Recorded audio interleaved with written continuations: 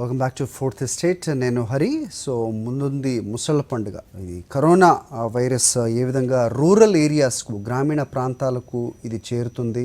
So ఒకవేళ నిజంగా అది చేరినట్టయితే కనుక ఏ విధంగా పరిస్థితి ఉండబోతోంది.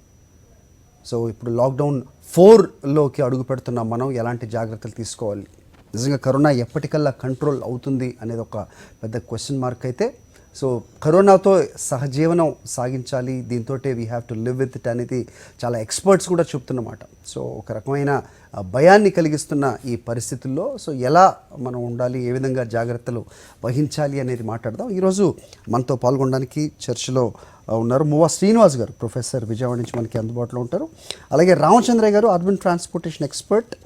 అలాగే ప్రొఫెసర్ సిఎస్ ప్రొఫెసర్ సెస్ ప్రొఫెసర్ ఇక్కడ ఉన్నారు. అలాగే నవోదయ ఫిజిషియన్ కేఆర్ బంజారా నుంచి మరి కాసేపట్లో మనకి అందుబాటులోకి వస్తారు. అలాగే ప్రభాకర్ రెడ్డి గారు, నోడల్ ఆఫీసర్, విజయవాడ నుంచి మనకి లైవ్లో అందుబాటులో ఉంటారు. ముందుగా శ్రీనివాస్ గారితో మాట్లాడదాం. మువ్వా శ్రీనివాస్ గారు, నమస్తే అండి.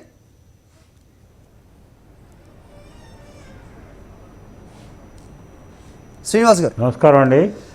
సార్ చెప్పండి. సో రూరల్ ఇండియాకి ఈ పాండమిక్ ఏదైతే ఉందో ఇది చేరకూడదు. నమస్కారం, చెప్పండి.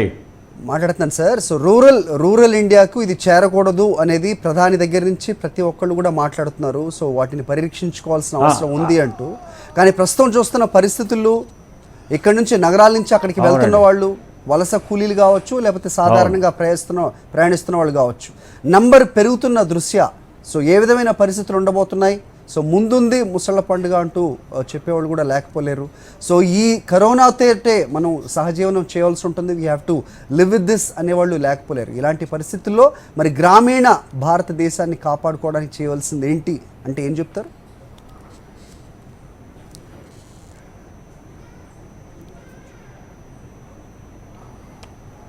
నమస్కారం అండి ప్రేక్షకులందరికీ. నాకు ఈ అవకాశం ఎందుకు మీకు చాలా ధన్యవాదాలు.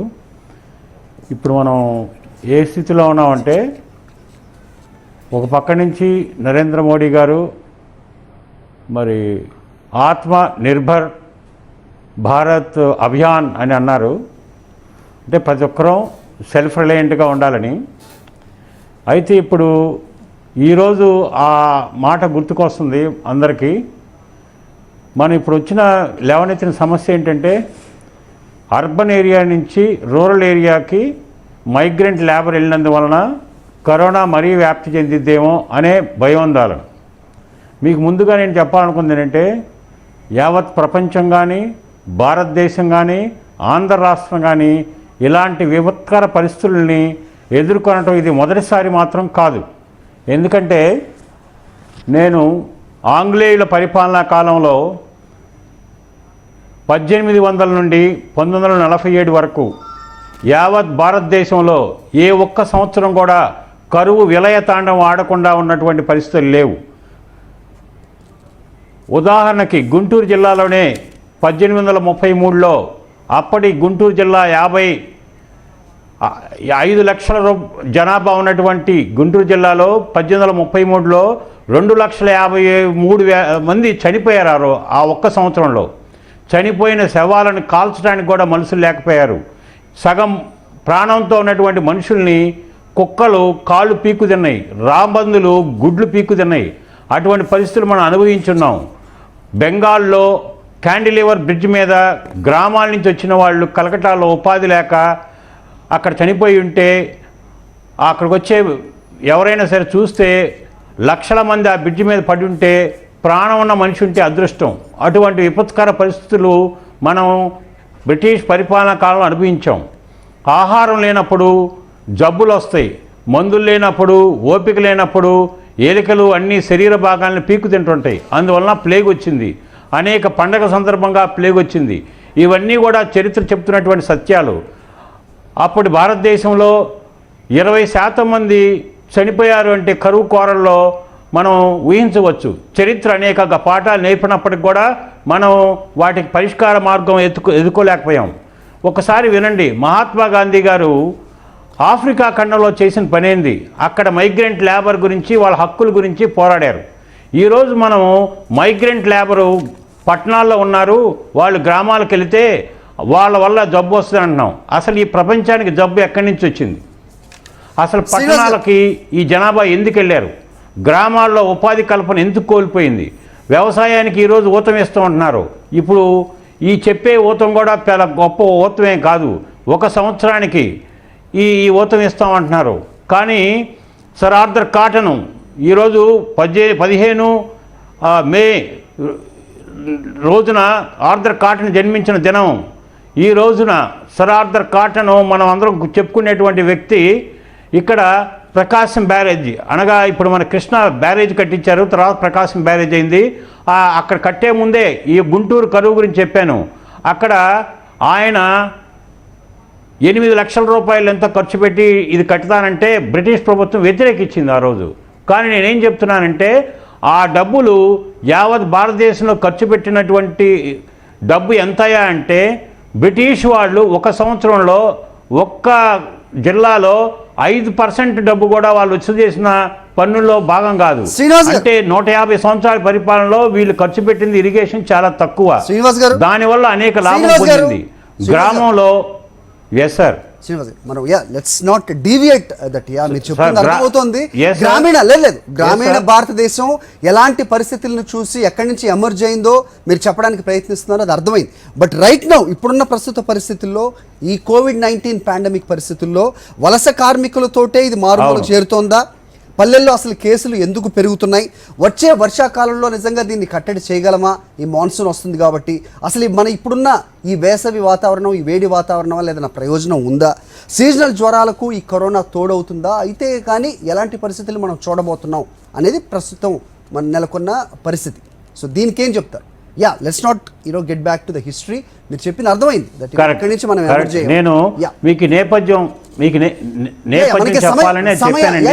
సమయం కూడా ఉంటుంది కదా. ఇప్పుడు ఇక్కడి నుంచి నేను చెప్పేది ఏంటంటే మీకు ఒకవేళ ఈ వలస అలానే సార్ వలస కార్మికులు పట్టణాల్లో ఉన్నారు, ఉపాధి కోసం వచ్చారు. ఈ యొక్క పట్టణాల్లో ఉన్నటువంటి వలస కార్మికులకి సరైనటువంటి వనరులు కల్పించకపోతే, జీవనం ఆధారం కల్పించకపోతే వాళ్ళు ఎక్కడ బతకాలి?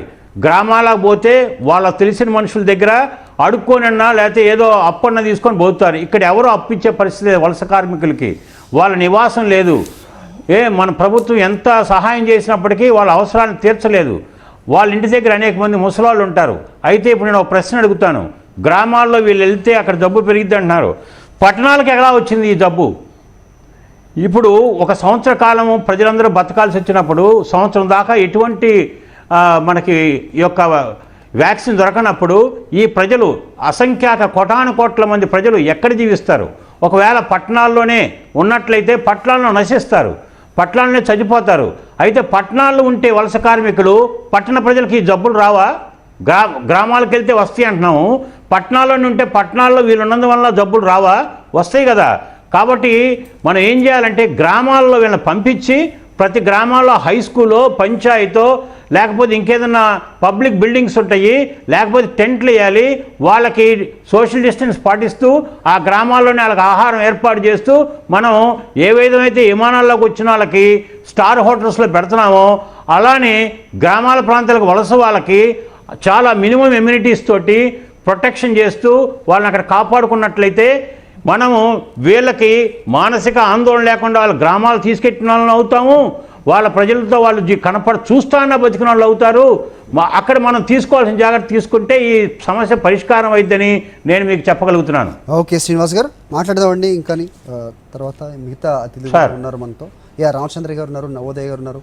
మాట్లాడదాం. చిన్న బ్రేక్ వెళ్దాం. బ్రేక్ నుంచి తిరిగి వచ్చిన తర్వాత గ్రామీణ భారతదేశానికి కరోనా వెళ్తే గనక పరిస్థితులు ఏ విధంగా ఉంటాయి, ఇప్పుడు ప్రస్తుత పరిస్థితుల్లో పల్లెల్లో ఎందుకు కేసులు పెరుగుతున్నాయి, దీనికి కారణం ఏంటి, సో ప్రభుత్వం తీసుకున్న నిర్ణయాల్లో ఏదైనా లోపం ఉందా, ఉంటే కనుక వాటిని ఎలా సరిచేయాలి, నిజంగా గ్రామీణ పరిస్థితులు చూసుకుంటే కనుక అక్కడ మెడికల్ సిస్టమ్ ఏ విధంగా ఉంది, సో అండర్ స్టాఫ్ లేకపోతే అండర్ ఎక్విప్డ్ అంటున్న గ్రామీణ ప్రాంతాల్లో మరి దీన్ని ఏ విధంగా ఎదుర్కోవాలి అనేది ఒక క్వశ్చన్ గా కనిపిస్తుంది. Let's go for short break. Will come back and discuss about this.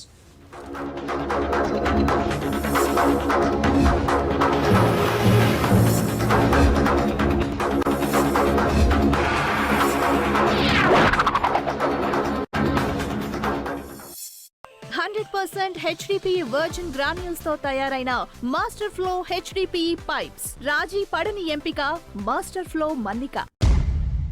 Business ని సక్సెస్ఫుల్ గా రన్ చేయడంలో మీరెలా ఎక్స్పర్టో అలాగే మీ కుటుంబానికి తగిన మ్యాచ్ వెతకడానికి కూడా ఒక ఎక్స్పర్ట్ కావాలి. Elite matrimony, an exclusive matchmaking service for the elite. రంగులే ఆనందం తెచ్చేను, రంగులతో నిండని జీవితం. Jenson and Nicholson paints. నాకు ఇద్దరిద్దరు నాన్నలున్నారు. ఒకరేమో మంచివారు, ఇంకొకరేమో ఎలర్జీ గలవారు. ధూళి ఇంకా పొగ వల్ల అవుతుంది ఎలర్జీ. ఇక అచ్చు మొదలవుతుంది. ముక్కు నుంచి సుర్సుర్, కళ్ళ నుంచి నీళ్లు. వీరికి ఎలర్జీ మాత్ర కావాలి, జలుబు మాత్ర కాదు. సమర్పిస్తున్నాం కొత్త ఏవెల్ అడ్వాన్స్. ఇది ఇస్తుంది ఎలర్జీ యొక్క అన్ని లక్షణాల నుంచి ఉపశమనం. ఎలర్జీని ఆపుతుంది, ఇక మీరుంటారు యాక్టివ్. ఏవెల్ అడ్వాన్స్. నేను రైతు బిడ్డనే, అందుకే రైతన్నల కోసం తీసుకొచ్చాను ఉత్తమ నాణ్యత కలిగిన sterling submersible pumps. Sterling pump ఉందిగా, అన్నదాతకు అండగా స్టెర్లింగ్.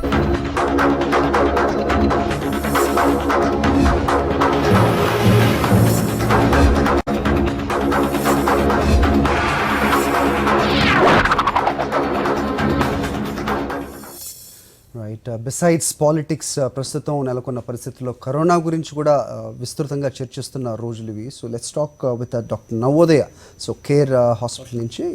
చెప్పండి sir, how is corona situation? ఎలా ఉంది ఇప్పుడు? అసలు ఇది ఎప్పటికల్లా కంట్రోల్ అవుతుంది? కంట్రోల్ అయ్యే అవకాశం ఉందా? లేకపోతే చాలామంది పెద్దలు చెప్తున్నట్లుగా we have to live with this అంటున్నారు. So how far is it true? Corona అనేది వైరస్. ఇది మనకి ఇప్పుడు కొత్తగా ఇంట్రొడ్యూస్ అయిన వైరస్ కాదు. కాకపోతే దానిలో మ్యూటేషన్ చెందడం వల్ల దీని గురించి మనం ఎక్కువగా మాట్లాడుతున్నాం. ఇది మ్యూటేషన్ చెందక ముందు, చైనాలో స్టార్ట్ కాకముందు కూడా చాలా వరకు మన కరోనా కేసెస్ ఉండేవి. This is something new that we are corona ఉండేది. కాకపోతే కరోనాలో మ్యూటేషన్ చెందడం వల్ల ఇది తొందరగా వ్యాపిస్తుంది. దాన్ని కరోనా కోవిడ్-19 అని నామకరణం చేశారు. అయితే ఇది ఎప్పటి వరకు ఉంటుంది, ఏ ఎక్స్టెంట్ వరకు ఉంటుంది అంటే ఇది దీంతో పాటు మనం ఉండడమే. ఎప్పుడు HIV or something that you know, ఇప్పుడు మనకు స్వైన్ ఫ్లూ, ఇంత ముందు స్వైన్ ఫ్లూ వచ్చినప్పుడు స్వైన్ ఫ్లూ అన్నాం, ఏదైతే అన్నామో ఇప్పుడు కేసులు మామూలుగా చూస్తున్నాం. సో అందరికి తెలిసిపోయింది, అందరికి స్వైన్ ఫ్లూ కూడా తెలుసు అందరికి. సేమ్ అదే విధంగా కూడా కరోనా కూడా అదే విధంగా ఉంటుంది. అయితే కరోనా వ్యాప్తి ఎక్కువగా కాకుండా, దాని పరిణామాలు ఎక్కువగా ఉండకుండా ఉండాలి అంటే మనకి వ్యాక్సిన్ రావాల్సి ఉంటుంది. సో వ్యాక్సిన్ వస్తే దానివల్ల వచ్చే కాంప్లికేషన్ని ప్రివెంట్ చేసుకోవడానికి మనం ముందే ప్రొటెక్టివ్గా వ్యాక్సిన్ ఇస్తాం కాబట్టి మనకి ఇమ్యూనిటీ పెరుగుతుంది. సో అప్పటి వరకు కేసెస్ రికార్డ్ అవుతూ ఉంటాయి. రికార్డ్ కాకుండా మనం ఏం చేయొచ్చు అనే దానిలో ప్రివెంటివ్ మెజర్స్ ఏదైతే చెప్తున్నామో ఆ ప్రివెంటివ్ మెజర్స్ మనం చేస్తూనే ఉండాలి. అంటే హైజీనిటీ పాటించడం, ఇమ్యూనిటీ పెంచుకోవడం తప్ప ఇంక వేరే మార్గం లేదు. సోషల్ డిస్టెన్సింగ్, మాస్క్, ఇవి బేసిక్గా ఉండాల్సింది. ఓకే, సోషల్ డిస్టెన్సింగ్, మాస్క్తో పాటు హైజీన్, ఇమ్యూనిటీ, ఇవన్నీ ఇవి మానవ జీవితంలో ఏ దేశంలో అయినా ఇప్పుడు ప్రస్తుతం అడాప్ట్ చేసుకోవాల్సిన 3-4 పద్ధతులు. ఓకే, సో ఇది తప్ప ట్రీట్మెంట్, వ్యాక్సిన్ ఎప్పుడు వస్తుందో తెలియదు కాబట్టి ఇప్పుడున్న సిచ్యువేషన్లో మనకి రీసెంట్గా మొదలైంది కాబట్టి దానికి ఇది స్పెసిఫిక్గా ట్రీట్మెంట్ అని నిర్ధారణ కాలేదు. అన్ని రీసెర్చ్లోనే ఉన్నాయి. సో అప్పటి వరకు అన్ని ట్రయల్స్లో కొన్ని పేషెంట్స్లో ఒక డ్రగ్ ప్రయోగించి ఓకే దాని ప్రభావాలు ఉన్నాయి, ఇది పనిచేస్తుంది అని చెప్పేసి మనం HCQs మీద విన్నాం, లోపినావిరన్ విన్నాము. చాలా ఇట్లా డ్రగ్స్ అన్ని రీసెర్చ్ లెవెల్లోనే ఉన్నాయి. ఇది ట్రీట్మెంట్ అని స్టాండర్డైజ్గా ఇంకా రాలేదు. అంటే క్లినికల్ ట్రయల్స్ చివరి దశకు వచ్చాయి. అటు ఇటలీ కానీ లేకపోతే అటు స్పెయిన్ కానీ మిగతా దేశాలు ఇవి కనుక్కోబోతున్నాయి. క్లినికల్ రీసెర్చ్ ఏదైతే చివరి దగ్గరకు వచ్చాయో, కానీ దాని నుంచి మనకు పేపర్స్ వచ్చేసి ఇదే స్టాండర్డైజ్ ట్రీట్మెంట్ అని రాలేదు. ఓకే, సో ఇంకా ట్రయల్స్లోనే ఉన్నాయి. రీసెంట్గా మనకు రెమ్డెసివిర్ అని చెప్పేసి వింటున్నాం ఎక్కువగా, దాని ట్రయల్స్ దీన్ని బాగా పనిచేస్తుందని చెప్పేసి. అది కూడా మనకు స్టాండర్డ్గా పేపర్లో రావాలి, ఇది ట్రీట్మెంట్, దీని డోసేజ్ ఇంత అని వచ్చేంత వరకు మనం ఏది ట్రీట్మెంట్ అనేది నమ్మలేం. సో అన్ని ట్రయల్ అండ్ ఎర్రర్ మెథడ్ లాగా మనం విన్న hydroxychloroquine, what is the medicine that we are exported, దాని పరిస్థితి ఏంటి అసలు? ఇవి ఎందుకు అంటే వాటి వల్ల పరిణామాలు ఉన్నాయి. అంటే వైరస్ని తగ్గించే శక్తి ఉంది, కనిపిస్తుంది దానిలో. అది వేసుకున్న వాళ్ళకి, అంటే ప్రొఫైలాక్టిక్ మనం ఇచ్చిన వాళ్ళకి, ట్రీట్మెంట్ పరంగా ఇచ్చిన వాళ్ళకి ఏమవుతుందంటే వైరల్ లోడ్ అనేది వైరస్తో పాటు ఉన్న ఇన్ఫ్లమేటరీ మార్కర్స్ అనేటివి తగ్గుతున్నాయి కాబట్టి ఇవి యూజ్ చేస్తున్నాం. కానీ ఇదే ట్రీట్మెంట్ అని ఇంకా రాలేదు, నిర్ధారణ కాలేదు. సో ఇదే ట్రీట్మెంట్ అని నిర్ధారణ కావాలి, ఇది వ్యాక్సిన్ అని నిర్ధారణ కావాలి. అప్పుడు స్టాండర్డైజ్డ్ ట్రీట్మెంట్ దొరుకుతుంది. What is the timeline you're looking? Vaccine అనుకోండి యూజువల్గా అది ఫేజెస్ పద్ధతిలో ఉంటుంది, 4 phases ఉంటుంది. సో యూజువల్గా ఒకటి 12 to 18 months పడుతుంది. కానీ మనం దాన్ని అగ్రెసివ్గా ఆ ట్రయల్స్లో ఏవైతే కట్ షార్ట్ చేసుకొని వీలైనంత తొందరగా మనం చేసుకోవచ్చు అని చెప్పేసి అంటే చేయగలుగుతామో అంత తొందరగా మనం ఇంప్లిమెంట్ చేయగలగాలి. నిన్ననే మనం చూసాము, అంటే ఆ ప్రాసెస్ని కట్ డౌన్ చేసే పరిస్థితి ఇంతకు ముందు ఎప్పుడైనా చూసాం మనం? లేదు, మనం పాండమిక్స్ ఫేస్ చేయాలి కదా, then చాలా పాండమిక్స్ వచ్చాయి. కానీ ఇట్లా వ్యాక్సిన్ని ట్రయల్ అండ్ ఎర్రర్ మెథడ్లో తొందరగా ప్రిపేర్ చేయాలనే స్టడీస్ ఏం జరగలేదు. శాంత బయోటెక్స్ చైర్మన్ గారు మాట్లాడినివ్వండి, వాళ్ళు ఏమన్నారంటే మినిమం టైం పడుతుంది, నెక్స్ట్ ఇయర్ మార్చ్ కల్లా బహుశా వస్తుందేమో అని. కొన్ని స్టడీస్ కొందరు యూనివర్సిటీస్ సైంటిస్టులు అంటారు మేము ప్రిపేర్ చేస్తామని, కానీ అంతవరకు వెయిట్ చేయాలి మనం. కొన్ని ఈ మంత్ ఎక్స్పెరిమెంట్స్ అన్నిట్లో where do we stand as India as a nation? ఇప్పుడు మన ఇండియాలో 4-5 కంపెనీస్ ఏవైతే టైఅప్ అయినాయో వ్యాక్సిన్ తయారీలో, దానిలో 4 హైదరాబాద్లోనే ఉన్నాయి బయోటెక్స్. సో ఈ వ్యాక్సిన్ తయారీకి ఏదైతే ఫేజెస్ ఉన్నాయో దాన్ని కట్ షార్ట్ చేసుకుంటూ మనం టైంని తగ్గించి వీలైన తొందరగా మనం వ్యాక్సిన్ కనుక్కోవడానికి ట్రై చేస్తున్నాం. కాబట్టి we have to give a time. ఎందుకంటే అది వ్యాక్సిన్ ఏదో తొందరపడి మనం ఇది ప్రిపేర్ చేస్తామని ఇచ్చేసి ప్రజలందరికీ స్ప్రెడ్ చేసిన తర్వాత దానివల్ల వచ్చే పర్యవసనాల తర్వాత ఫేస్ చేసి అది తప్పు అని చెప్పేసి మనం ఆ పొజిషన్లో ఉండకూడదు. సో ఖచ్చితంగా ఒక మందు వస్తుంది, ఒక వ్యాక్సిన్ వస్తుందంటే ఖచ్చితంగా దాని పొటెన్షియాలిటీ కరెక్ట్గా ఉంది, ఇది పని చేస్తుంది అని వచ్చి నిర్ధారణ అయిన తర్వాతనే మనం ఇవ్వగలుగుతాం. Right, so long way to go. So definitely we have to live with this, as many experts says. Ramachandra garu, urban transport says దీనిగా మీరు ఉన్నారు.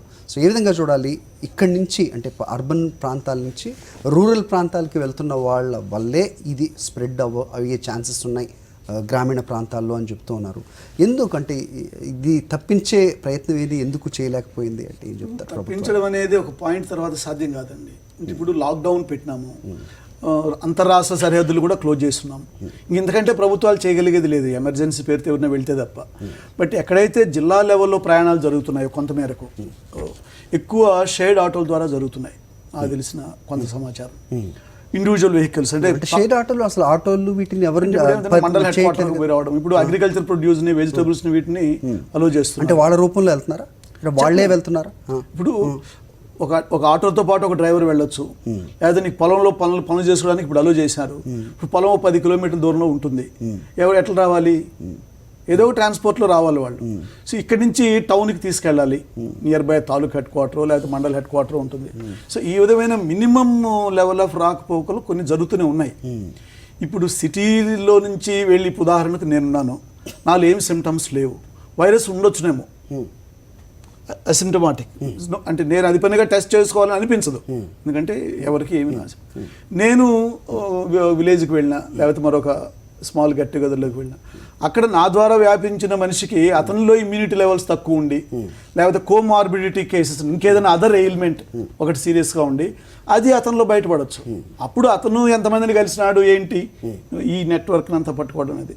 కాబట్టి ఏదో ఒక రోజు మనకు టౌన్స్ నుంచి కొన్ని గ్రామాలకైనా ఇది వెళ్ళక తప్పదు. కానీ ఒక అడ్వాంటేజ్ ఏంటంటే ఈరోజు గ్రామాల్లో కూడా అవేర్నెస్ పెరిగింది, సోషల్ డిస్టెన్స్ ఈ విధంగా అక్కడ పాటించడం జరగదు. ప్రభుత్వ యంత్రాంగం యొక్క రీచ్ కూడా పెరిగింది. ఇప్పుడు ఏపీలో అయితే విలేజ్ సెక్రటేరియట్, విలేజ్ వాలంటీర్స్ మొత్తం విలేజ్లో ఇంటింటితోనూ టచ్లో ఉన్నారు. అట్లీస్ట్ మా విలేజ్ గురించి నేను ఫీడ్బ్యాక్ తీసుకుంటూ ఉంటాను. ఏ విలేజ్ సార్ మీది? పెనలూరు మండలం, కడప జిల్లాలో. ఎలా ఉందండి అక్కడ? ఇప్పటికైతే ఏం ప్రాబ్లం, ఎందుకంటే యుఎస్ నుంచి ఒక 3 బంధువులు వచ్చినారు, గల్ఫ్ నుంచి ఒక 2 వచ్చినారు. సో వాళ్ళ మీద నిరంతరం రోజుకు ఒకసారి వెళ్ళి మండల్ హెడ్ క్వార్టర్ నుంచి వాళ్ళకి పరీక్ష చేయడము, ఆ మేరకు గ్రామాల్లో జరగడం పెద్ద విషయమే. సో ఇది తెలంగాణలో కూడా ఇప్పుడు మండల సిస్టము, విఏఓ, విఆర్ఓ వల్ల విలేజెస్కి ఇప్పుడు రీచ్ పెరిగింది. ఏదైనా సడన్గా ఒక విలేజ్లో అవుట్ బ్రేక్ అయింది అంటే లెస్ దాన్ 1 hour ఈరోజు నా కమ్యూనికేషన్ టెక్నాలజీలో వెళ్ళి వాళ్ళని తీసుకొచ్చి తాలూక్ లెవెల్లోనో జిల్లా లెవెల్లోనో కోవిడ్ హాస్పిటల్స్ సపరేట్గా పెట్టిన బెడ్స్లో పెట్టడానికి ఇప్పుడు అవకాశం ఉంది. రైట్, కాబట్టి భయపడడానికి ఏం లేదు. సరే, శృతి మించిన కేసులు పెరిగిపోయి అప్పుడప్పుడు టౌన్లోనూ పెరుగుతాయి, టౌన్లో ఉన్న బస్తీల్లో. ఈరోజు మనం దాదాపు అంటే ఎందుకు ఇట్లా సెగ్రిగేట్ చేయాల్సి వస్తుందంటే, ఇప్పుడు టౌన్లో లేకపోతే సిటీస్లో పెరిగినప్పుడు ఈ హాస్పిటల్ సిస్టమ్ కానీ, మెడికల్ ఎక్విప్మెంట్ కానీ, లేకపోతే ఆ మెకానిజం కానీ ఇది రెస్పాండ్ అయ్యేదానికి వర్సెస్ పల్లెల్లో ఏ విధంగా పరిస్థితి ఉంటుందో అక్కడ ఇప్పుడు అనేది తెలియని దానికి ప్రభుత్వాలు కూడా జిల్లా లెవెల్లో కనీసం ఐసోలేషన్కి అంటే ఈ 2 states చూస్తున్నాం. మీరు అన్నట్టుగా తెలంగాణ తీసుకున్నా, ఆంధ్రప్రదేశ్ తీసుకున్నా బెడ్స్ రెడీ చేస్తున్నారు, హాస్పిటల్స్. ఓవరాల్ ఇండియాలో చూసుకుంటే 211 కేసెస్ అక్రాస్ 720 డిస్ట్రిక్ట్స్ ఏ విధంగా పెరిగినాయి ఈ మధ్య కాలంలో, ఈ గత 4-5 రోజుల్లో అంటే it is alarming the bells. ఇప్పుడు ముఖ్యంగా ఏదైతే బ్యాక్వర్డ్ స్టేట్స్ ఉన్నాయో, రాజస్థాన్, మధ్యప్రదేశ్, బీహార్, యూపీ, ఛత్తీస్గఢ్, ఒరిస్సా, బెంగాల్, ఇప్పుడు మీకు వచ్చిన ఈ కోట్లాది మంది మైగ్రెంట్ లేబర్ కూడా ఈ రాష్ట్రాల నుంచి వచ్చిన వాళ్ళే. అక్కడున్న వెనుకబాటు తరంతో ఉపాధి కోసం ఎక్కడెక్కడికో వెళ్తున్నారు. ఇప్పుడు ఆ రాష్ట్రాల్లో సంఖ్య పెరుగుతూ ఉంది. బీహార్లో పెరిగింది, యూపీలో పెరుగుతూ ఉంది. బీహార్లో ఇప్పుడు ఏం చేశారంటే సరిహద్దుల్లోనే మేము బట్ ఒక ట్రాన్స్పోర్ట్ ఎక్స్పర్ట్గా మీరు చెప్పండి సార్, ప్రభుత్వాల పాత్ర అవ్వచ్చు, లేకపోతే ఎన్జిఓస్ పాత్ర అవ్వచ్చు, లేకపోతే ఎవరైనా పెద్దలది కావచ్చు, why we could not tell them or convince them not to leave the place where they are staying? అంటే ఇప్పుడు ప్రభుత్వాలు ఎందుకు చర్యలు తీసుకోలేకపోయినాయి? ఇప్పుడు ఏమైందంటే అప్పుడు ట్రాన్స్పోర్ట్ కంటే ముందు సమస్య అది. వాళ్ళు మేము వెళ్ళాలనుకున్నాము, కాలినడకన బయలుదేరినారు కాబట్టి తర్వాత ట్రాన్స్పోర్ట్ సమస్య వచ్చింది. అది రాకముందు మనకు అది ట్రాన్స్పోర్ట్ సమస్య లేదు. మనము వాళ్ళని అంటే మనం యాంటిసిపేట్ చేయలేకపోయారా? వాళ్ళు ఎంతమంది ఉన్నారో తెలుసుకోలేకపోయారు. సంఖ్య ఒకటి. రెండోది ఎక్కడ మనం ఫెయిల్ అయినాం యాజ్ ఎన్ urban society, educated, middle class, so called అన్ని చేతుల్లో ఉంటుంది. ఎక్కడ ఫెయిల్ అయినామంటే మనం వాళ్ళని సరిసమానమైన మనుషులుగా చూడడం లేదు అనేది వాళ్ళకి అర్థమైంది ఫస్ట్ 4 రోజుల్లో. అంటే పని చేయించుకుంటున్న యజమానులు కానీ, యజమానులు ఎప్పుడైతే క్లోజ్ చేసి ఖాళీ చేయండి అన్నారో అక్కడ ఉన్నటువంటి ప్రభుత్వాలు కానీ, ఎప్పుడైతే వాళ్ళకి ఆ 4 రోజులు, వారం రోజుల్లో సరే అంతలో ఉన్న వాటితో సరిపెట్టుకుంటూ ఉన్నారు, మరుసటి రోజు వాళ్ళని ఖాళీ చేయమడం లేదు కాబట్టి ఉన్న షెడ్యూల్లోనేదో ఉన్నారు. రెండోసారి లాక్డౌన్ ఎప్పుడైతే ఎక్స్టెండ్ అయిందో ఇంకా ఇది ఎప్పటి వరకు కొనసాగుతుందో తెలియదు. ఇక్కడ ఉపాధి లేదు, ఏ విధమైన సౌకర్యాలు లేదు, ఎవరు ఇంట్లో ఉన్న వాటిలో కూడా ఎండనివ్వడం లేదు, అద్దెలు అడుగుతున్నారు. అదేదో చావాల్సి వస్తే మన సొంత ప్లేస్లోకి వెళ్ళి పోదాం అనేది బలంగా స్ప్రెడ్ అయింది. అది more A statement on this society. ఎక్కడి నుంచే అయితే వెళుతున్నారో వీళ్ళ మీద స్టేట్మెంట్ అంటాను నేను. ఓకే, ఎందుకంటే ఇక్కడ మాకు వీఆర్ నో బడీ హియర్. ఆ ఫీలింగ్ వాళ్ళకు అది మనమే జనరేట్ చేసినాం. మనం అంటే ఈ సొసైటీ ఎవరైతే తెచ్చుకొని పనిలో పెట్టుకున్నారో వీళ్ళు వాళ్ళని వీ డోంట్ కేర్, నీతో మాకు ఇప్పుడు అవసరం లేదు అనేటువంటి భావన చాలా బలంగా వాళ్ళకి ఈజ్ ఎ హర్ట్ ఫీలింగ్. మీరు వాళ్ళతో మాట్లాడిస్తే, నేను కొన్ని బ్లాగులు చదువుతున్నప్పుడు, it's more out of a hurt feeling. వెళ్ళక తప్పదు, చస్తే ఎక్కడ చస్తాం, ఈడు దిక్కులేని సాగు ఎందుకు చావాలి అనే ఫీలింగ్ చాలా బలంగా కలిగింది. లేకపోతే ఈవెన్ దో గవర్నమెంట్స్ ఇప్పుడు తీసుకుంటున్న మెజర్స్ కానీ కొన్ని తెలుగు స్టేట్స్ తీసుకుంటే నిజంగా comparatively other states like Maharashtra, లేకపోతే ఇంతకు ముందు చెప్పిన ఈ స్టేట్స్, వీళ్ళకి ఇక్కడికి వెళ్తున్న వాళ్ళ సంఖ్య, వాళ్ళు పడుతున్న బాధలు నిజంగా వర్ణనాతీతం. వాళ్ళు ఎవరు పట్టించుకునే వాళ్ళు లేరు. అండ్ సెకండ్ థింగ్, ఇప్పుడు వాళ్ళు అక్కడికి వెళ్ళిన తర్వాత ఊళ్ళలోకి అక్కడ కూడా వాళ్ళకి ఏం ఉపాధి లేదండి. There is nothing that they can do. That is the reason why they go migrate. వెనుకబడిన ప్రాంతాలు ఇప్పుడు 8,000 మంది ఆటోల్లో, బాంబే నుంచి ఆటోల్లోనే సొంత ఊళ్ళకి వెళ్ళినారు. బీహార్, యూపీలో వాళ్ళు సొంత ఆటోలు నడుపుకుంటూ. వాళ్ళలో కొన్ని ఇంటర్వ్యూస్లో చెప్పింది ఒకటి, అడుక్కోనైనా తినాల్సి వస్తే మా సొంత ఊర్లో అడుక్కొని తింటాం కానీ ముంబైలో అడుక్కు తినాల్సిన అవసరం లేదు. 40 days తర్వాత వాళ్ళ అనుభవం అది. అంటే సమాజం వాళ్ళని హక్కును చేర్చుకోవాలా. ఇక్కడ కూడా ప్రభుత్వాలు ఎప్పుడు స్పందించినాయి? చాలా మంది ఎన్జిఓస్ పోలీసుల చేత లాఠీ దెబ్బలు తిని, ఎందుకంటే ఎవరు ఎన్జిఓ ఎవరు తెలియదు కదా, పోలీసులు మాత్రం వీధుల్లోకి వెళ్ళిన తర్వాత. ఒక సమస్య ఒక్కసారిగా ఉంది అని ఎన్జిఓస్ ద్వారా, సోషల్ మీడియా ద్వారా బయటపడిన తర్వాత ప్రభుత్వాలు కొంచెం స్పందించినాయి. ఇక్కడ కూడా ఏంటి, ఇప్పుడు ఈ రోజు కూడా మనకు ట్రైన్స్ వెళ్ళినాయి హైదరాబాద్ నుంచి, కానీ రోడ్ల మీద వెళ్ళే వాళ్ళ సంఖ్య తగ్గల, నడిచి వెళ్ళే వాళ్ళ సంఖ్య. సో ట్రైన్స్లో వెళ్ళేది ఒక సిస్టమ్ ఆఫ్ అరేంజ్మెంట్ అని మనం ట్రాన్స్పోర్ట్ గురించి అన్నాం కాబట్టి, ప్రైవేట్గా ఎక్కడికక్కడైతే రోడ్ల మీద, హైవేస్ మీద నడుస్తున్నారు. ఈవెన్ టుడే మేడ్చల్ దగ్గర రోజు ఎన్ని వేల మందికి ఫుడ్ ఏర్పాటు చేస్తున్నారు, సోషల్ మీడియాలో ఫ్రెండ్స్ పెడుతున్నారు. ఆ హైవేలో నడిచిపోయేవారు. అక్కడున్న రాజకీయ నాయకులు, అధికార పార్టీ నాయకులు, లేకపోతే ఇన్ఫ్లుయెన్షియల్ పొలిటికల్ లీడర్స్ స్థానికంగా ఎక్కడికక్కడ వాళ్ళు కొంచెం ఏదో ఫుడ్ ఏర్పాటు చేసి, ఒక 4 ట్రక్కులు అట్లా కాదు, ఇప్పుడు నడిచి ఎంత దూరం వెళ్తారు? ప్రెగ్నెంట్ మన పిల్లలు, పైన ఒక బ్యాగ్, సంఖలో ఒక పిల్లవాడు. హ్యూమన్ హిస్టరీలో definitely it's very good suggestion అండి. నిజంగా అక్కడ ఉన్న స్థానిక పీపుల్ అవ్వచ్చు, కేవలం ప్రభుత్వమే వచ్చి స్పందించాలండి లేదు. ఎందుకంటే ప్రభుత్వం మైక్రో మేనేజ్మెంట్ లెవెల్లో అక్కడ వరకు చేరటం ఆలస్యం అవుతుంది కాబట్టి నిజంగా ఎవరైనా సో ఎవరైనా అక్కడ స్పందించి, అక్కడ గుమిగూడిన వాళ్ళకి చేయూతను అందించి, నిజంగా భోజనం పెట్టించి, ఒక ట్రక్కో మీరు అన్నట్టు పెద్ద విషయం కూడా కాదు అది, ఎంత దూరం నడిచెళ్తారనే ఒక సామాన్యులకు కూడా రావాల్సిన స్పృహ అది ఈ రోజు నిజంగా నిజంగా సమాజం సిగ్గుపడాల్సిన పరిస్థితి అనే దాంట్లో మాత్రం ఎలాంటి సందేహం అవసరం లేదు. ఇంకా రూరల్ ఇండియా పరిస్థితి చూసుకుంటే కనుక స్టడీస్ చెప్తున్న దాన్ని బట్టి more than 50% of the surveyed people వాళ్ళు ఒక్క పూట భోజనం చేస్తారంట, just to protect themselves for the future. And 68% of the people they are cutting down the menu items. So ఇది ఇవాళ గ్రామీణ భారతదేశం పరిస్థితి. ఒకవేళ అక్కడికి వెళ్ళిన వాళ్ళకి నిజంగా మనం ఇప్పుడు చేస్తున్న చర్చ ద్వారా గ్రామీణ ప్రాంతాల్లోకి కరోనా వైరస్ వెళ్తే అక్కడ పరిస్థితి ఏ విధంగా ఉండబోతోంది, ఇమ్యూనిటీ లెవెల్స్ నిజంగా మనకు కొంచెం బాగుంటాయి, గ్రామీణ ప్రాంతాల్లో ఎక్కువగా ఉంటాయని చెప్తున్న ఒక కన్సెప్షన్ కూడా ఉంది. అది మిస్కన్సెప్షన్ నిజం అనేది తెలియదు, వైద్యులు మీరు చెప్పాలి. రామకృష్ణ గారితో మాట్లాడదాం, విజయవాడ నుంచి మనకు అందుబాటులో ఉన్నారు. రామకృష్ణ గారు. హలో అండి, డాక్టర్ రామారావు అండి. రామారావు గారు క్షమించాలి. So COVID-19 pandemic if it reaches rural India, గ్రామీణ ప్రాంతాలకి వెళ్తే కనుక పరిస్థితి ఏ విధంగా ఉంటుంది అక్కడ? నిజంగా అక్కడ మెడికల్ సిస్టమ్, మెడికల్ ఎక్విప్మెంట్ ఇవి ఏ విధంగా అక్కడ ఉన్నాయి? నిజంగా భారతదేశంలో చూసుకుంటే కనుక numbers wise basic secondary health care system ఏదైతే ఉందో అది మేజర్ డిస్ట్రిక్ట్స్లో కూడా లేని పరిస్థితి. నేను తెలుగు రాష్ట్రాల గురించే మాట్లాడట్లేదు, ఓవరాల్గా ఇండియాలో. సో ఇలాంటి పరిస్థితుల్లో నిజంగా ఇది స్ప్రెడ్ అయితే కనుక గ్రామీణ భారతదేశం పరిస్థితి ఏ విధంగా ఉండబోతోంది? What do you say as a medical expert? Actual facts ఏంటంటే ఇప్పుడు ఉన్న పరిస్థితి బట్టి చూస్తే మన ఏపీ స్టేట్ లో కానీ ఇండియాలో కానీ విలేజెస్ లో పరిస్థితి చాలా చాలా బెటర్ గా ఉందండి. I'll just give you an example అండి. మా డ్రైవర్ రీసెంట్ గా కృష్ణా డిస్ట్రిక్ట్ లో మచిలీపట్నం దగ్గర విలేజ్ లో వాళ్ళ ఇంట్లో ఫంక్షన్ అయితే పర్మిషన్, పోలీస్ పర్మిషన్ తీసుకుంటే వాళ్ళ 10 members కి పెళ్లి దీనికి అటెండ్ అవ్వడానికి పర్మిషన్ ఇచ్చారనమాట. వాళ్ళు వెళ్ళారు ఫంక్షన్ కి వెళ్తే అక్కడ ఎలా ఉందంటే పరిస్థితి, తినము విజయవాడలో ఉంటాడు, ఇక్కడ నుంచి రెడ్ జోన్ నుంచి తను అక్కడ గ్రీన్ జోన్ లోకి వెళ్ళాడు. విలేజ్ లో not even a single case.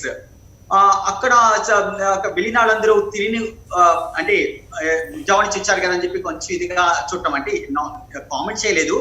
But అక్కడ పరిస్థితి చూస్తే చాలా ఆశ్చర్యపోయాడు. అక్కడ వచ్చిన పూజారి దగ్గర నుంచి ఆ బ్యాండ్ మేళం దగ్గర నుంచి తర్వాత మిగతా వచ్చిన గెస్ట్, మినిమం గెస్ట్ వాళ్ళందరూ ఆ సోషల్ డిస్టెన్స్ పాటించడం కానీ, మాస్క్లు వేసుకోవడం కానీ, శానిటైజర్ యూజ్ చేసుకోవడం కానీ బ్రహ్మాండంగా చేస్తున్నారండి. అసలు దీన్ని చూసి ఆశ్చర్యపోయాడు అనమాట, ఎంత బాగుంది ఇదని.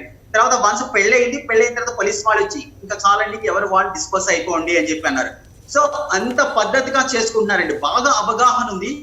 సిటీస్ లో కన్నా మనం కంపేర్ చేసుకుంటే సిటీస్ కన్నా విలేజ్ లో ప్రస్తుతానికి పరిస్థితి ఇంకా బెటర్ గా ఉంది, ఇంకా బాగా చేసుకుంటున్నారు, వాళ్ళకంత అవగాహన కూడా ఉందండి. ఐ డోంట్ థింక్ ఇది విలేజ్ లోకి అంత ఫాస్ట్ గా స్ప్రెడ్ అవుతుంది అని అనుకోవట్లేదు. ఎందుకంటే ప్రతి విలేజ్ లో ప్రతి విలేజర్ కి ఇదంటే అవగాహన ఉంది, రానివ్వట్లేదు కూడా వేరే.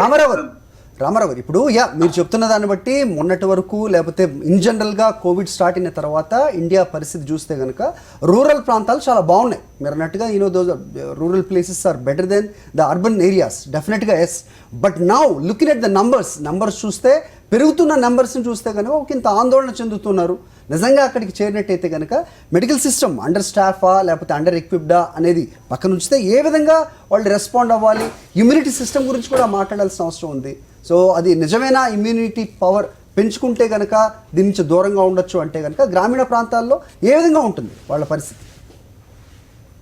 And second thing, season coming monsoon, ఇదేమన్నా దీనికి యాడప్ అవుతుందా, ఫ్లేర్ అప్ అవడానికి కారణం అవుతుందా అంటే?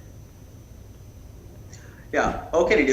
ఒకటి విలేజ్ లో చూసుకుంటే పాపులేషన్ వైజ్ చూసుకుంటే అంత డెన్సిటీ ఎక్కువ ఉండదండి. So when compare to cities, so ఒకటేమో విలేజ్ కి స్ప్రెడ్ అవటం అనేది కొంచెం తక్కువ అనమాట. సో అంత ఫాస్ట్ గా స్ప్రెడ్ అవుతుంది ఇన్ కేసెస్ ఉన్నా సరే. అండ్ నెంబర్ 2 వచ్చేసరికి ఇప్పుడు ఉన్న సిస్టమ్ ఎలా డెవలప్ అయిందంటే హెల్ప్ లైన్ ఉంది కదండి, స్టేట్ హెల్ప్ లైన్ ఉంది, నేషనల్ హెల్ప్ లైన్ ఉంది. If somebody is having symptoms ఉంటే కనుక అక్కడ లోకల్ ఉన్న ప్రైమరీ హెల్త్ సెంటర్ కి వెళ్ళటం కానీ, లేకపోతే హెల్ప్ లైన్ కి కాంటాక్ట్ చేస్తే వాళ్ళు అడ్వైస్ ఇవ్వటం కానీ, లేకపోతే telemedicine services are there. Government of AP telemedicine services ఉన్నాయి. ఆ టెలిమెడిసిన్ సర్వీస్ హెల్ప్ తీసుకుని వాళ్ళ అడ్వైస్ తీసుకుని చేయటం కానీ చేయొచ్చు. సో విలేజ్ కి అంత ఫాస్ట్ నెంబర్ 1 అంత ఫాస్ట్ గా స్ప్రెడ్ అవుతుందని అనుకోవట్లేదు. బట్ అంత స్ప్రెడ్ అయినా సరే దానికి కావాల్సిన support system is already been developed అండి, ఆల్రెడీ ఉంది. సో వాళ్ళ హెల్ప్ లైన్ కి కాంటాక్ట్ చేయటము, వాళ్ళ అడ్వైస్ తీసుకోవటము, రియల్ గా సిమ్టమ్స్ ఉంటే గనక వాళ్ళు గవర్నమెంట్ కోవిడ్ సెంటర్ కి వచ్చి టెస్ట్ చేయించుకోవటము, అక్కడ స్క్రీనింగ్ చేయటము ఇన్ కేస్ అయినా పాజిటివ్ వస్తే కనుక వాళ్ళని అడ్మిట్ చేసి ఐసోలేట్ చేసి ఎలాగో చేస్తారు. So system is in place అండి. సో అన్ని చోట్ల సెంటర్స్ ఉన్నాయి. ఇప్పుడు కోవిడ్ కేర్ సెంటర్స్ ఆల్మోస్ట్ ప్రతి town loan Covid care centres number of centres ఉన్నాయి ప్రతి డిస్ట్రిక్ట్ లో. ఇన్ కేస్ ఏమన్నా ఏసిమ్టమాటిక్స్ కానీ సస్పెక్టెడ్ వాళ్ళు కానీ ఉంటే కనుక వాళ్ళు అక్కడికి వెళ్ళటము, దాని తర్వాత స్క్రీనింగ్ కోసం పంపించడం అలా చేస్తున్నారు.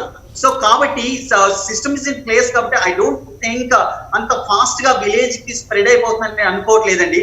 అంటే మీరు అన్నట్టు ఏంటంటే ఫస్ట్ 1 month లో ఫాస్ట్ గా స్ప్రెడ్ అయితే కనుక విలేజ్ లో ఎలా ఎటువంటి హెల్త్ వైజ్ ఎటువంటి హెల్ప్ తీసుకోవాలనేది కొన్ని కొత్త డైలమా ఉండేది. కానీ ఇప్పుడు అంత సిస్టమ్ ఉంది కాబట్టి ఐ థింక్ వాళ్ళకి అవేర్నెస్ ఉంది కాబట్టి ఇన్ కేస్ కోవిడ్ సిమ్టమ్స్ వస్తే కనుక వాళ్ళు డెఫినెట్ గా కాంటాక్ట్ చేస్తారు. దాన్ని బట్టి గవర్నమెంట్ యాక్షన్ తీసుకోవటము, వాళ్ళని పిలిపించుకుని వాళ్ళకి చేస్తారు. Let's not limit this, coronavirus spreading to the rural areas only to the two states.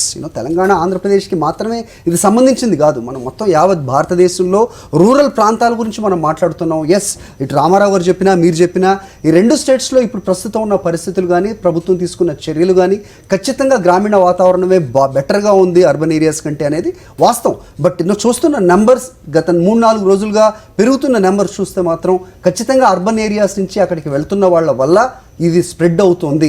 వెళ్తే కనుక సిస్టమ్ ఈ మొత్తం మెడికల్ ఎక్విప్డ్ లేని ప్రాంతాల్లో, లేని డిస్ట్రిక్ట్స్లో, లేకపోతే లేని గ్రామాల్లో ఏ విధంగా పరిస్థితి ఉండబోతోంది? నిజంగా ముందుందా ముసళ్ళ పండుగ అంటే ఆన్సర్ ఏంటి అనేది everybody need to think about it. ఇదే చర్చిద్దాం. Let's go for another short break.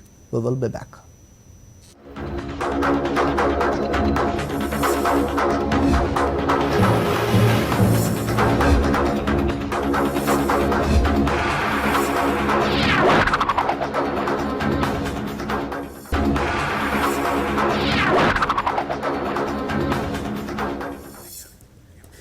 Welcome back to the 4th estate. నిజంగా ఇప్పుడే అందుతున్న అప్డేట్లు చూస్తే కనుక ఆంధ్రప్రదేశ్ రాష్ట్రం ఏ విధమైన చర్యలు తీసుకుంటుంది అంటే మీరు ఇంతకు ముందు చెప్పినట్లుగా ఎక్కడ వలస కార్మికులు గుంపుగా కనపడినా వాళ్ళకి ఒక ట్రాన్స్పోర్ట్ సిస్టమ్ ఏర్పాటు చేసి ఆ రాష్ట్రం చివర అంటే బార్డర్ వరకు కూడా వదిలే ప్రయత్నం చేస్తోంది. ఆ దిశగా చర్యలు ప్రారంభించింది అనేది మనకు అందుతున్న న్యూస్. స్వయంగా చీఫ్ సెక్రటరీ నీలం సాహ్ని వెళ్తున్న దారిలో ఆగి వాళ్ళని పరామర్శించి ఎక్కడికి వెళ్ళాలో తెలుసుకొని వాళ్ళకి ఇమీడియట్గా ఆ ట్రాన్స్పోర్ట్ సిస్టమ్ ఏర్పాటు చేశారు అనేది అందుతున్న వార్త. నిజంగా ప్రభుత్వాలన్నీ ఈ విధంగా స్పందిస్తే కనుక నిజంగా పరిస్థితి ఇంత దారుణమైన స్థితికి మాత్రం వచ్చేది కాదు. నిజంగా భయపడుతున్నట్లుగా లేకపోతే మనం ఈరోజు చేస్తున్న చర్చ ద్వారా ఇది గ్రామీణ వాతావరణం, గ్రామీణ ప్రాంతాలకి వెళ్తే కనుక పరిస్థితి ఎంత దారుణంగా ఉంటుందా అనేది మాట్లాడుతూ ఉన్నాం. సో మాట్లాడదాం. మువ్వ శ్రీనివాస్ గారు, ప్రొఫెసర్ శ్రీనివాస్ గారు. సో ఇంతకుముందు చెప్పారు ఇది భారతదేశం ప్రజలకి ఇది కొత్త కాదు, అనేక పరిస్థితుల నుంచి మనం ఎమర్జ్ అయ్యాం, సో ఈరోజు ఇలా ఉన్నామంటూ చెప్తున్న మీరు కరోనాని ఎదుర్కోగలవా అంటే ఏం చెప్తారు?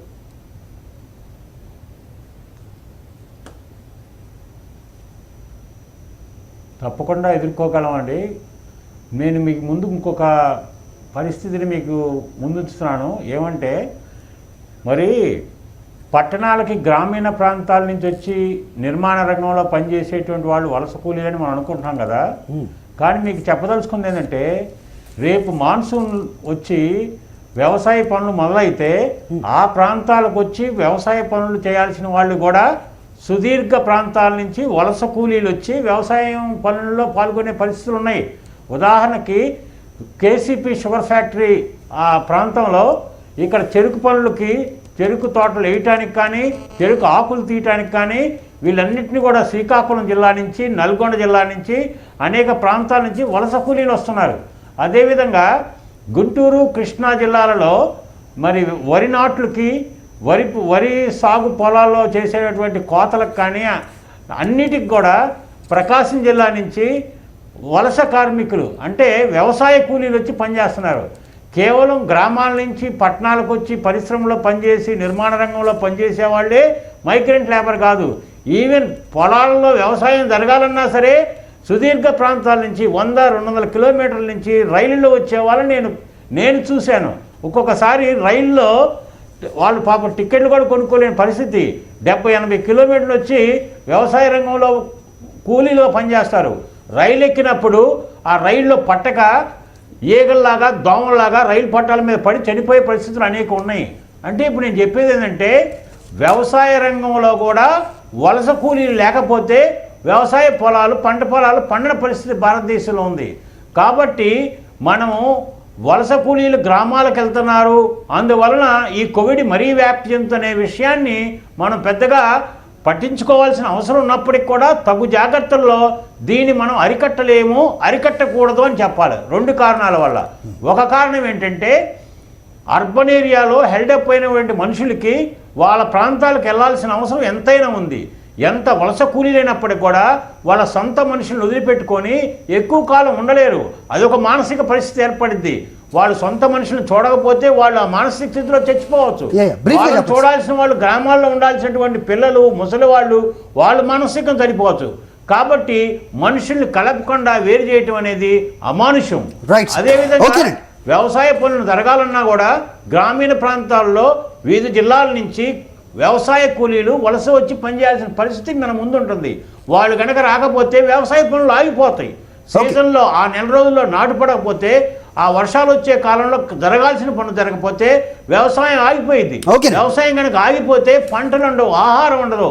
ఆహారం ఉండకపోతే కరువు వస్తుందని మీకు తెలియపరుస్తున్నాను. ఓకే, నవోదయ్ గారు చెప్పండి సార్. సో రాబోయే సీజన్ గురించి మాట్లాడదాము. రాబోయే ఇంకొన్ని వారాల్లో మాన్సూన్ టచ్ అవబోతుంది. సో అప్పుడు పరిస్థితి ఏ విధంగా ఉండబోతుంది అంటే ఏం చెప్తారు? Second thing, the pregnant women and కొత్తగా జన్మనిచ్చిన వాళ్ళు తీసుకోవాల్సిన జాగ్రత్తల గురించి కూడా మాట్లాడుతూ ఉన్నారు. సో వాళ్ళకి ఏ రకమైన ఇమ్యూనిటీ ఉంటుంది అనేది కూడా మాట్లాడాల్సిన అవసరం. యూజువల్గా మాన్సూన్లో మనం చాలా ఇది రాకముందు చాలా ఇన్ఫెక్షన్స్ చూస్తాం, జలుబుతో ఫీవర్తో వస్తూ ఉంటారు.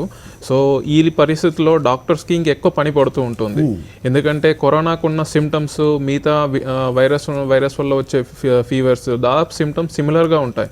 సో ఏది కరోనా ఏది అదర్ అనేది చెప్పడానికి చాలా కష్టంగా ఉంటుంది.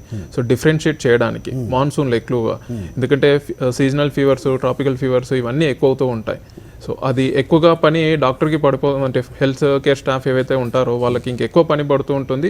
ఇట్ మేక్స్ డిఫికల్ట్, అంటే సిచ్యుయేషన్ డిఫికల్ట్గా అవుతుంది. ఏది క్లియర్గా ఈ పేషెంట్ కరోనా ఉండొచ్చు అని చెప్పేసి. సో ఆ పరిస్థితి మాత్రం ఖచ్చితంగా ఎదురవుతూ ఉంటుంది మాన్సూన్లో. అయితే మనం ఇప్పుడు పాటిస్తున్న ప్రివెంటివ్ ఆస్పెక్ట్స్ అనేది ఖచ్చితంగా పాటిస్తే ప్రొలాంగ్గా ఇంకా ఎక్కువ పీరియడ్స్ ప్రాబబుల్గా మనం ట్రాన్స్మిషన్ అనేది తగ్గించవచ్చు. ఓకే, సోషల్ డిస్టెన్సింగ్ మెయింటైన్ చేస్తే. ఇంకా ప్రెగ్నెంట్ ఉమెన్ విషయానికి వస్తే ఇది అంటే how it effects the well being of mother and infant అనేది క్వశ్చన్. యూజువల్గా అంటే ఇది viral fevers, viral infection. So ఈ ప్రెగ్నెన్సీ అనే ప్రెగ్నెంట్ ఉమెన్ అనేది హై రిస్క్ కేటగిరీలో ఉంటారు. వైరస్ ఇన్ఫెక్షన్ అంటే వైరస్ వల్ల ఇన్ఫెక్షన్ వస్తే నార్మల్గా హెల్దీ అడల్ట్స్కి అయితే సిమ్టమ్స్ తక్కువగా ఉంటాయి. సో వాళ్ళు అంటే దాన్ని నెగ్గుకు రాగలుగుతారు. కొద్దిగా మిడిల్ ఏజ్ పర్సన్ కొద్దిగా ఎక్కువగా సిమ్టమ్స్ ఉంటాయి. ఇంకా ఎల్డర్లీ ఏజ్ వాళ్ళు హై రిస్క్లో ఉంటారు. ఎందుకు అంటే వాళ్ళ ఇమ్యూనిటీ తక్కువగా ఉంటుంది. Why the study is still not clear that whether the child in the womb will affect this ఇది అనేది, ఈ డిసీజ్ ఒకవేళ తల్లికి వస్తే కనుక బిడ్డకు కూడా వస్తుందా లేదా అనేది ఇంతవరకు కూడా క్లారిటీ లేదు. Why is it? ఎందుకు అంటే మనము మనకున్న స్టడీస్ ప్రకారం అది తుంపిర్ల ద్వారా స్ప్రెడ్ అవుతుందని చెప్పేసి, అది తుంపిర్ల ద్వారా స్ప్రెడ్ అవుతుంది, వైరస్ అక్కడే కనబడుతుంది. కాబట్టి మనం టెస్ట్ రిలయబిలిటీ నాజోఫెరింజియల్ స్వాబ్ మీద డిపెండ్ అవుతున్నాం. లేదు బ్లడ్లోనే అంటే ఈ పాటికి బ్లడ్ టెస్ట్ రెడీ అయ్యేది. సో బ్లడ్లో అనేది సర్క్యులేషన్ తక్కువగా ఉంది వైరస్. మదర్ టు ఫీటస్ పోవాలి అంటే అది త్రూ బ్లడ్ కదా. So mother to foetus transmission అనేది ఏ వైరస్ అన్నా chances of spread through blood అనేది ఉంటుంది. But till we have standardize studies ఎంత పర్సెంటేజ్లో అది బ్లడ్ ద్వారా స్ప్రెడ్ అయింది, ఎంత పర్సెంటేజ్లో డెలివరీ తర్వాత బేబీకి వచ్చింది, ఇవన్నీ రావడానికి మనకు స్టాండర్డైజ్డ్ స్టడీస్ అయిపోయిన తర్వాతనే మనకు క్లియర్ కట్గా ఈ వాల్యూస్ ప్రకారం ఓకే ఇంత పర్సెంటేజ్లో మదర్ టు ఫీటస్ ట్రాన్స్మిషన్ ఉంది అని చెప్పేసి చెప్పగలుగుతాం. కానీ ప్రెగ్నెంట్ ఉమెన్ స్వతహాగా వాళ్ళ స్టేట్ బట్టి చూస్తే వాళ్ళు హై రిస్క్లో ఉంటారు. కాబట్టి వాళ్ళు ఎక్కువగా జాగ్రత్తలు పట్టించాలి. సిమ్టమ్స్ అంటే మామూలుగా యంగ్స్టర్స్ అనుకోండి, కొద్దిగా మధ్య వయసులో వాళ్ళకి సిమ్టమ్స్ వచ్చిన 1-2 days ఆగొచ్చు. They can see whether their symptoms are going high, అంటే సివియారిటీగా పెరుగుతుందా అని. Pregnant womens high risk patients మాత్రం అలాంటి రిస్క్ తీసుకోవద్దు. సిమ్టమ్స్ వచ్చిన వెంటనే డౌట్ ఉంది అంటే వెంటనే హెల్త్ కేర్ అంటే డాక్టర్ని కలవడం చాలా మంచి పని. రైట్, చెప్పండి సార్. సో మీరు చెప్పిన సూచన నిజంగా దాని గురించి we have to appeal to the many people, అంటే not just the government officials, not just the politicians, definitely leaders, elected unelected, ఈ లీడర్స్ ఎక్కడున్నారు? వీళ్ళు రూలింగ్ పార్టీయా ప్రతిపక్షం వేరే విషయం. Where are you? ఈ సిచ్యువేషన్లో మీకున్న కెపాసిటీకి వర్డ్ ఆఫ్ వాళ్ళకున్న ఇన్ఫ్లుయెన్స్, ఫైనాన్షియల్ ఇన్ఫ్లుయెన్స్ కావచ్చు, పొలిటికల్ ఇన్ఫ్లుయెన్స్ కావచ్చు.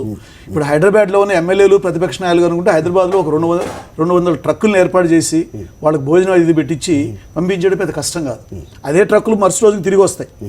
ఇప్పుడు అట్లా 4 రోజుల్లో అందరూ వెళ్ళిపోతారు. ట్రైన్స్లో వెళ్ళేది ఒక ఎత్తు, కానీ ఒక్క దురదృష్టకరమైన పరిస్థితి ఏంటంటే ఈరోజు భారతదేశంలో ఎక్కడ కూడా రాజకీయ పార్టీల యొక్క ఇండివిజువల్ లీడర్స్ కొంతమంది అక్కడక్కడ రాజకీయం కూడా చేస్తున్న వాళ్ళు ఉన్నారు, సోషల్ మీడియాలో చూసేవరకు. యాజ్ పార్టీస్ మీరు సమాజాన్ని నడిపించాల్సినది రాజకీయ పార్టీలు ఎక్కడ కనపడలేదు. ప్రభుత్వంలో ఉన్న వాళ్ళు వాళ్ళ పరిధిలో వాళ్ళకున్న లిమిటేషన్తో చేస్తారు, కానీ బట్ సివిల్ సొసైటీ యాక్టివిస్టులు ఇంత పెద్ద ఎత్తున అడుక్కొని డబ్బులు డొనేషన్లు సోషల్ మీడియాలో మీరు చెప్పిన తర్వాత అడగాలనిపిస్తుంది. రాజకీయవేత్తలు ఈ రోజు ఒకళ్ళు ప్రభుత్వంలో ఉన్నారు అంటే ఇంకొకసారి ఇంకోళ్ళు ప్రభుత్వంలోకి వస్తారు. బట్ ఇది మొత్తం ప్రభుత్వానిదే బాధ్యత అంటూ ఇన్నేళ్లుగా రాజకీయాల్లో ఉండి ప్రభుత్వంలో ఉండి అధికారాన్ని ఎంజాయ్ చేసి వాళ్ళందరూ కూడా కనపడకపోవడం నిజంగా దురదృష్టకరం. నిజంగా ప్రతిపక్షాలు ఈరోజు ఎక్కడున్నాయి, ఆ రాజకీయ నాయకులు కానీ ఆ లీడర్లు కానీ ఎక్కడున్నారు, ఆ ఎమ్మెల్యేలు ఎక్కడున్నారు అనే ప్రశ్న వస్తుంది. సోషల్ మీడియా అవ్వచ్చు లేకపోతే ఏ మీడియా, ఎక్కడ కూడా వాళ్ళు కనబడి వాళ్ళు ముందుకొచ్చి వాళ్ళు చేస్తున్న సేవా కార్యక్రమాలు ఏది కనబడట్లేదు. అదేంటంటే డెఫినెట్గా ఈ నామ్స్ మేము పాటిస్తున్నాం, బయటికి రావాలంటే ఖచ్చితంగా ఇది అగెయిన్స్ట్ ద రూల్ అవుతుంది అని చెప్పడం ఎంతవరకు సమంజసం అనేది వాళ్ళే ఆలోచించుకోవాల్సిన అవసరం. Escapism or whatever we call responsibility. Yes. Ramarao, doctor Ramarao sir, seasonal జ్వరాల గురించి డాక్టర్ నవోదయ గారు ఆయన కూడా మాట్లాడారు, చెప్పారు ఏ విధమైన జాగ్రత్తలు తీసుకోవాలని. Do you want to add anything to that? అంటే ఇప్పుడు ఈ వన్స్ మాన్సూన్స్ స్టార్ట్ అయిన తర్వాత అండి ఈ డెంగీ ఫీవర్స్ సీజన్ అది స్టార్ట్ అవుతుంది అనమాట. ఎవ్రీ ఇయర్ డెంగీ ఫీవర్స్ వచ్చేసరికి జూన్ మిడ్ వీక్ నుంచి స్టార్ట్ అయ్యి జూన్ ఎండింగ్ నుంచి ఒక 4 to 5 months ఉంటుందండి, till October and November. So ఈ next 5 months is very crucial అనమాట. ఇందాక డాక్టర్ గారు చెప్పినట్టు ఇప్పుడు డెంగీ ఫీవర్ కూడా it's just presence with fever అండి. దానిలో ఫీవర్ ఉండొచ్చు, దానిలో కూడా ఒకటి రెస్పిరేటరీ సింటమ్స్ ఉండొచ్చు, body pains, headache, sour throat, ఈ రెస్పిరేటరీ సింటమ్స్ అని దానిలో కూడా ఉండొచ్చు అండి. It is very difficult to differentiate whether it is డెంగీయా లేకపోతే COVID-19 అనేది డిఫరెన్షియేట్ చేయడం కష్టము. అలాగే ఈ సీజన్ ఇంకో రకమైన ఫీవర్స్ కూడా వస్తాయి.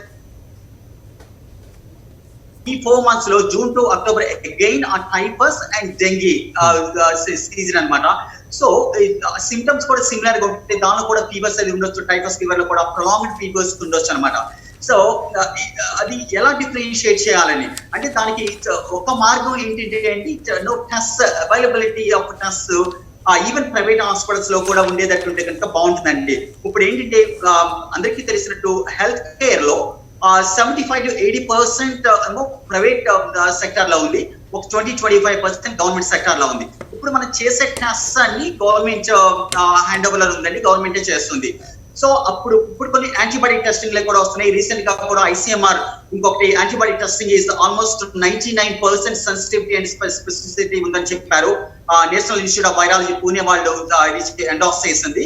సో అది కూడా త్వరలో రాబోతుంది. That's antibody testing. సో ఇప్పుడు those particular test private sector లో కూడా మిగతా హాస్పిటల్స్ కూడా అవైలబుల్ గా ఉంటే కనుక మనకి వన్స్ అటువంటి పిల్లలు కానీ పెద్దవాళ్ళు కానీ వస్తే కనుక వాళ్ళని స్క్రీన్ చేసి ఇప్పుడు ఏం చేస్తున్నామంటే ఇప్పుడు డెంగీ ఫీవర్స్ కానీ టైఫస్ ఫీవర్స్ కానీ వస్తే కనుక డెంగీ యాంటీబాడీ టెస్టింగ్ ఉంది. సో ఫస్ట్ లోనే యాంటీబాడీ టెస్టింగ్ చేసి దానికి తగినట్టుగా ట్రీట్మెంట్ ఇస్తున్నాం. అలాగే మనకి ఈ ఫీవర్స్ కూడా మనకి యాంటీబాడీ టెస్టింగ్ రెడీగా అవైలబుల్ గా ఉంటే కనుక టెస్టింగ్ అది చేసి ఇన్ కేస్ COVID-19 అయితే కనుక వాళ్ళని ఐసోలేట్ చేయడానికి వీలవుతుంది.